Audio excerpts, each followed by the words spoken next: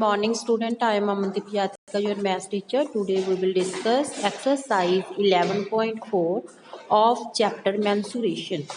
In this exercise, we will discuss about volume and surface area. Its very first sum is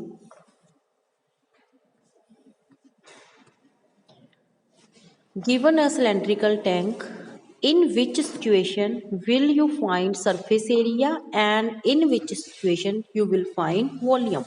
ठीक है, first सम ਦੇ ਵਿੱਚ ਆਪਾਂ ਨੂੰ ਕੁਝ ਸਿਚੁਏਸ਼ਨਸ ਇਹਨਾਂ ਨੇ ਦਿੱਤੀਆਂ ਉਹ ਆਪਾਂ ਦੱਸਣਾ ਕਿ ਇਹਦੇ ਵਿੱਚ ਆਪਾਂ ਵੋਲਿਊਮ ਫਾਈਂਡ ਆਊਟ ਕਰਾਂਗੇ ਜਾਂ ਸਰਫੇਸ ਏਰੀਆ ਫਾਈਂਡ ਆਊਟ ਕਰਾਂਗੇ। ठीक है, वॉल्यूम मीनस कि कोई भी ਆਪਾਂ ਕਿਸੇ ਚੀਜ਼ ਦੀ ਕਿੰਨੀ ਕਪੈਸਿਟੀ ਆ, ਕੋਈ ਮੰਨ ਲਓ ਇੱਕ ਗਲਾਸ ਆ ਉਹਦੇ ਵਿੱਚ ਕਿੰਨਾ ਵਾਟਰ ਆ ਸਕਦਾ। ठीक है, ਤਾਂ ਉਹਦੀ ਜੋ ਕਪੈਸਿਟੀ ਆ ਵੋਲਿਊਮ ਹੁੰਦੀ ਆ।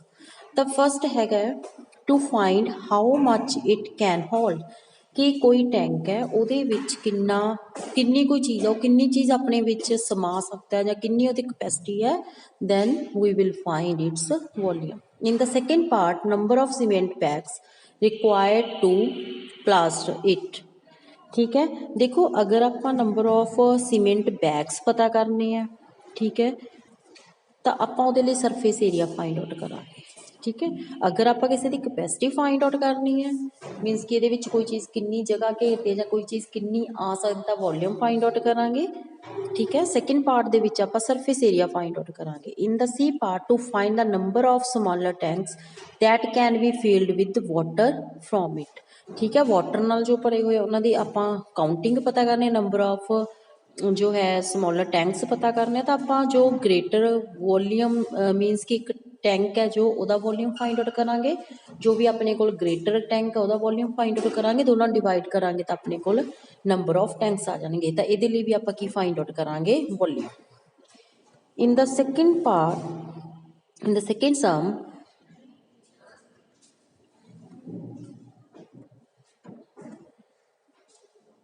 diameter of a cylinder A is 7 centimeter. There are two types of cylinder given. First is A and second is B.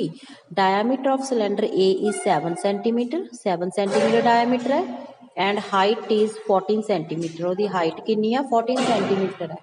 Diameter of cylinder B is 14 और जो B अपने को cylinder है ਉਹਦਾ diameter अपने को कितना दे रखा है? 14 दे रखी है और जो हाइट है वो कितनी दे रखी है? अपन 7 दे रखी है। तो दो तरह के अपने को टैंक है A एंड B और दोनों अपन की दे रखी है? सिलेंड्रिकल दे रखी है। ठीक है, can you suggest whose volume is greater? Verify it by finding the volume of both the cylinders.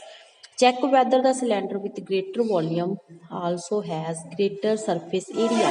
ठीक है, इन्हों का आप जो वॉल्यूम फाइंड आउट करना, पहला कहते कि यस करो कि किहड़े सिलेंडर का एरिया ज़्यादा होएगा, वॉल्यूम ज़्यादा होएगा, फर्स्ट या सैकेंड का, ए या बी का। ठीक है, कहते कि बाद च तुसीं इहनूं बाय यूजिंग द कैलकुलेशनस, मीनस कि कैलकुलेट करो, मीनस कि वॉल्यूम फाइंड आउट करांगे फर्स्ट सिलेंडर का, सैकेंड सिलेंडर का फाइंड आउट करांगे। ठीक है, उस तो बाद ये कहते कि चैक करो weather the cylinder with greater volume also has greater surface area. कहते कि उस तो बाद तुसीं चैक करना है कि अगर दोनों के विचों जिस भी सिलेंडर का वॉल्यूम ज़्यादा है उसका सरफेस एरिया भी की होएगा? ज़्यादा होएगा। ठीक है, तो firstly we will find the volume of both cylinders and then find the surface area of both cylinders. Firstly height of the cylinder A is 14।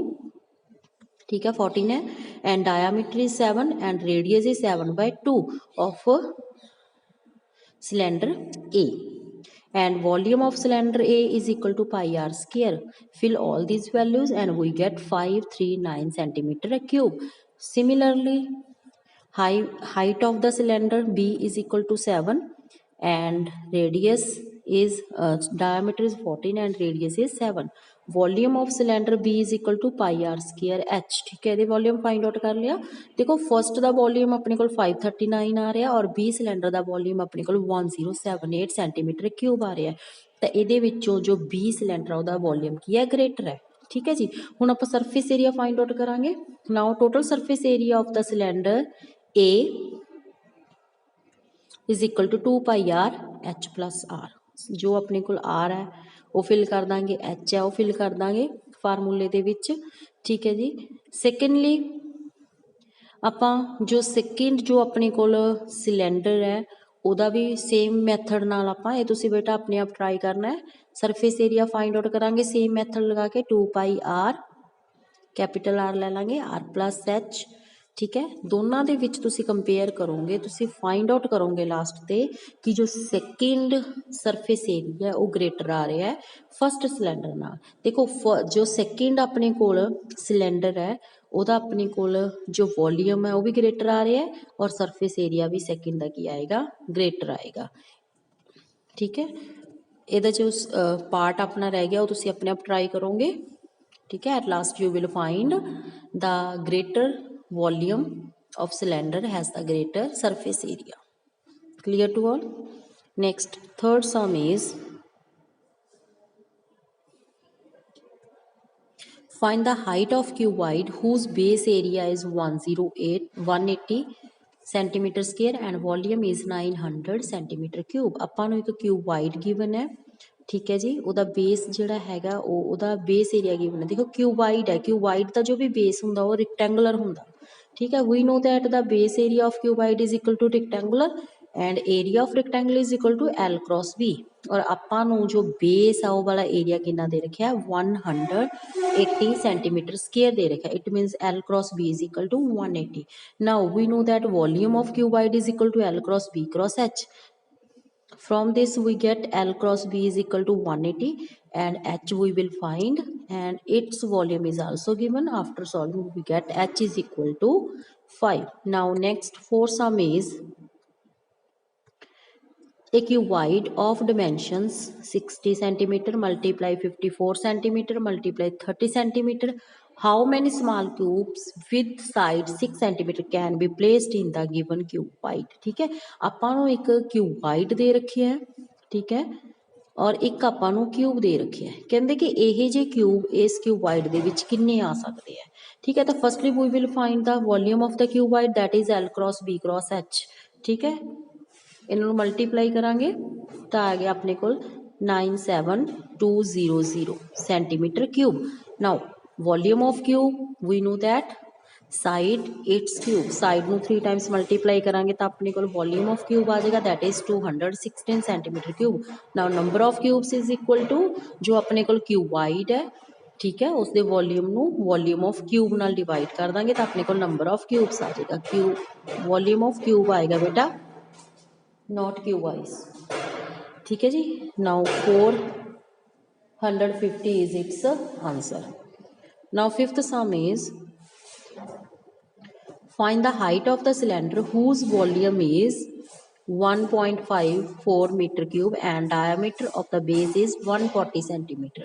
Now diameter of the base is 140 centimeter and radius half हो जाती है 70 centimetre हो गया but ਆਪਾਂ ਨੂੰ जो volume है वो मीटर ਦੇ ਵਿੱਚ ਦੇ ਰੱਖਿਆ ਤਾਂ ਆਪਾਂ ਸੈਂਟੀਮੀਟਰ ਨੂੰ ਵੀ ਮੀਟਰ ਦੇ ਵਿੱਚ ਕਨਵਰਟ ਕਰਾਂਗੇ 70 upon 100 that is 0.7 मीटर ठीक है जी now volume of the cylinder is equal to 1.54 meter cube is given ठीक है जी तो अपने को देखो वॉल्यूम ऑफ द सिलेंडर की होंगे pi are square H is equal to already आपको गिवन है 154 ठीक है जी आपको देखो ये वाला पार्ट नहीं बेटा करना pi are square is equal to 1.54 pi की वैल्यू फिल कर देंगे 22.7 देखो pi are square H is equal to 1.54 pi की वैल्यू फिल करांगे आर आपको कितना दे रखे है 70 0.7 लिख दो चाहे 7/100 लिख दो 0.7 और एच आप फाइंड आउट करना इज इक्वल टू 1.54 करांगे after solving we get H is equal to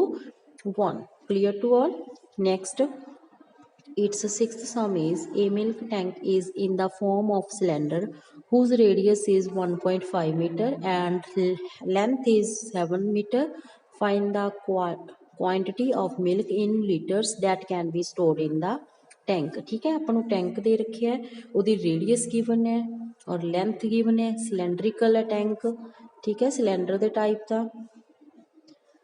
upon radius given है उसकी ठीक है जी एंड लेंथ गिवन है लेंथ और हाइट सेम है आप लेंथ नू हाइट लिख सकते हैं find the quantity capacity find out करनी है it means we will find volume of the cylinder now radius of the cylinder is 1.5 metre and height 7 metre now volume pi are square H ठीक है अपने को volume आ गया 49.5 metre cube we know that 1 meter cube is equal to 1000 litre. ठीक है, तो 49.5 metre cube कितना आ जाएगा 1000 ਨਾਲ ਮਲਟੀਪਲਾਈ ਕਰਾਂਗੇ ਤਾਂ ਆਪਣੇ ਕੋਲ ਕੈਪੈਸਿਟੀ ਆ ਗਈ। ਜਦੋਂ ਵੀ ਆਪਾਂ ਕੈਪੈਸਿਟੀ ਦੀ ਗੱਲ ਕਰਦੇ ਹਾਂ, ਇਹਨਾਂ ਨੇ ਕਿਹਾ ਲੀਟਰਸ 'ਚ ਫਾਈਂਡ ਆਊਟ ਕਰੋ, ਤਾਂ ਆਪਾਂ ਲੀਟਰ 'ਚ ਕਨਵਰਟ ਕਰ ਦਾਂਗੇ ਮੀਟਰ ਕਿਊਬ ਨੂੰ। ਠੀਕ ਹੈ, ਕਿਉਂਕਿ ਆਪਾਂ ਨੂੰ ਪਤਾ ਕਿ 1 metre cube is equal to 1000 litre ਹੁੰਦਾ। ਆਪਣੇ ਕੋਲ ਵੋਲੀਅਮ ਆ ਗਿਆ 49.5 ਐਮ ਕਿਊਬ। ਠੀਕ ਹੈ, ਉਹਨੂੰ ਮਲਟੀਪਲਾਈ ਕਰ ਦਾਂਗੇ 1000 ਨਾਲ, then its answer is 49500 liters. Now next seventh sum is, in the seventh sum, if each edge of a cube is doubled, how many times will its surface area increase, and in the second part, how many times will its volume increase। ਕਹਿੰਦੇ ਕਿ ਅਗਰ ਕਿਸੇ cube ਦੀ as suppose ਕਰੋ L ਹੈ, ਠੀਕ ਹੈ, according to question ਅਗਰ ਆਪਾਂ ਇਹਨੂੰ ਡਬਲ ਕਰ ਦਈਏ, ठीक है, तो जो ਇਹਦਾ ਸਰਫੇਸ ਏਰੀਆ ਆਏਗਾ ਕਿਊਬ ਦਾ L एज लैके और 2L जो साइड लैके आएगा, वो आप फाइंड आउट करना कि how many times will its surface area increase, और वॉल्यूम फाइंड आउट करना है कि किन्ने टाइम्स ज़्यादा होएगा। Let edge is equal to L according to question, new edge is 2L, surface area with edge L, अगर L साइड है तो वह सरफेस एरिया की आ जाएगा 6L क्यूब। ठीक है जी, और अपने को आ गया अगर 2 टाइम्स है तो की आ जाएगा 6L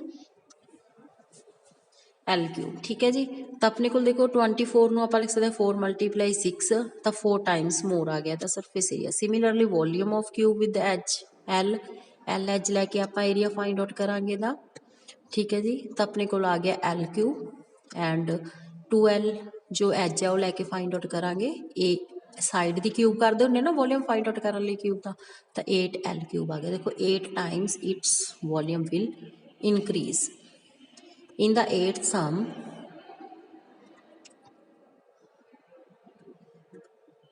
water is pouring into a cuboidal reservoir at the rate of 60 liter per minute.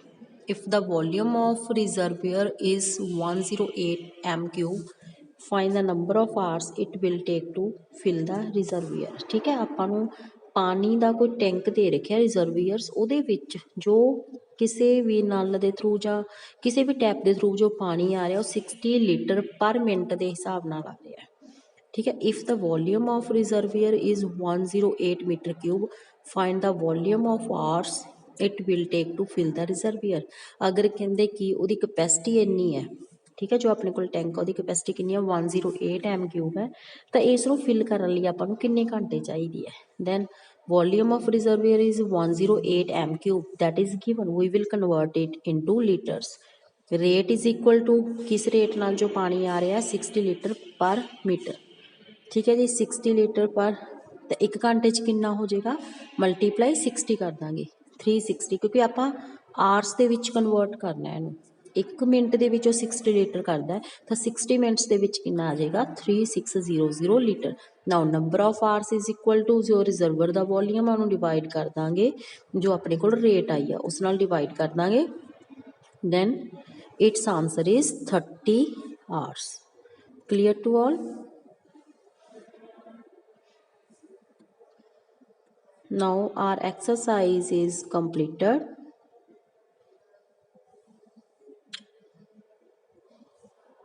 Sorry बेटा, इन 7 सम ना तुसी जो सरफेस एरिया विद एज है वो 6L स्केयर लिखियो। ठीक है, 6A स्केयर होंदा अपने को।